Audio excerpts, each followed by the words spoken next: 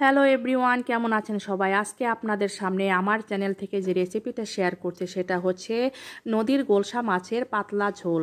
আমি এই পাতলা ঝোলটা আলু বেগুন এবং কাঁচামরিচ বেটে জিরা বাটা দিয়ে রান্না করেছি খুব লাইট মশলায়। এটা রোগীদের জন্য উৎকৃষ্ট উপযুক্ত খাবার। যাই হোক, মাছটি রান্না করার জন্য আমি মাছটা আগে কেটে ধুয়ে নিয়েছি। মাছগুলো তেমন নদীর মাছগুলো দেখলেই বোঝা যায় একদম সাদা ধবধবে। মাছের পেটেতেও ডিম ছিল। মাছগুলো জল ঝরিয়ে নিয়ে আমি হলুদ লবণ দিয়ে মাখিয়ে নিয়েছি। মাছগুলো প্রায় রান্নার 10 মিনিট আগেও মাখিয়ে নেওয়ার চেষ্টা করবেন, তাহলে মাছের ভিতর সুন্দর মশলা ঢুকে যাবে। এবার আমি বলের ভিতর জল ঢেলে নিয়েছি, কারণ বেগুনগুলো কেটে আমি এই বলের ভিতর ডুবিয়ে রাখবো। কারণ বেগুনগুলো কাটার পর একটা কালো কালো ভাব আসে, দেখবেন তখন জলের ভিতর ডুবিয়ে রাখলে আর কালো কালো ভাব আসবে না। এখন আলুগুলো আমি ছোট ছোট করেই কেটে নিয়েছি, যেহেতু মাছগুলো খুব আমার বড় না।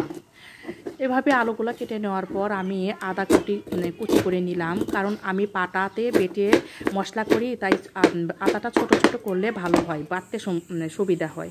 এবার প্যানে সরিষার তেল দিয়ে আমি মাছগুলো লালচে করে ভেজে নেব। মাছগুলো প্রায় আমার 2 প্যান লেগেছে মাছগুলো ভাজতে। মাছগুলো ভেজে নিয়ে আমি তুলে ফেলবো। মাছগুলো ভাজার পর প্যানে যে তেল থাকবে সেই তেলে জিরা ফোড়ন দিয়ে আলুগুলো আগে ভেজে নেব, কারণ আলুটা ভাজতে সময় লাগবে। আলুগুলো ভাজা ভাজা হলে বেগুন দিয়ে একটু লবণ দিলাম, হালকা একটু লবণ দিয়ে একটু ভাজা ভাজা করে নিলাম।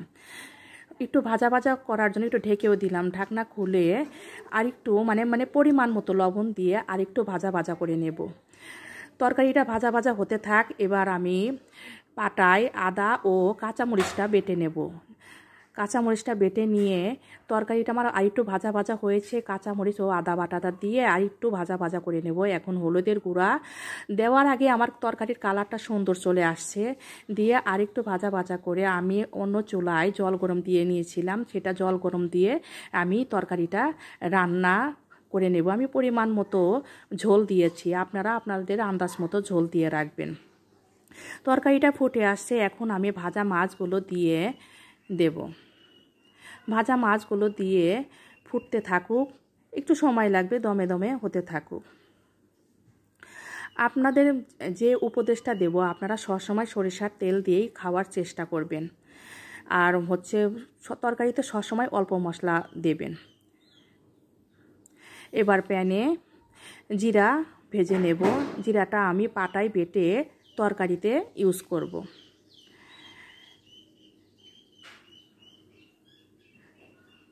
এইরকম ভাজা জিরা টাটকা ব্যবহার করলে তরকারির গন্ধটাও স্মেলটাও সুন্দর হয়।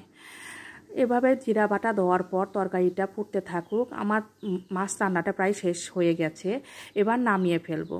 তৈরি হয়ে গেল আমাদের সুস্বাদু নদীর গোলসা মাছ বেগুন আলু দিয়ে পাতলা ঝোল। আপনারা যদি এই প্রসেসে কখনো রান্না করে না খেয়ে থাকেন, অবশ্যই রান্না করে খেয়ে থাকবেন আমার এই ভিডিও দেখে। আমার ভিডিওতে যদি আপনারা কেউ সাবস্ক্রাইব করে না থাকেন, অবশ্যই সাবস্ক্রাইব করবেন। ভিডিওতে লাইক কমেন্ট শেয়ার করতে ভুলবেন না। ধন্যবাদ বন্ধুরা।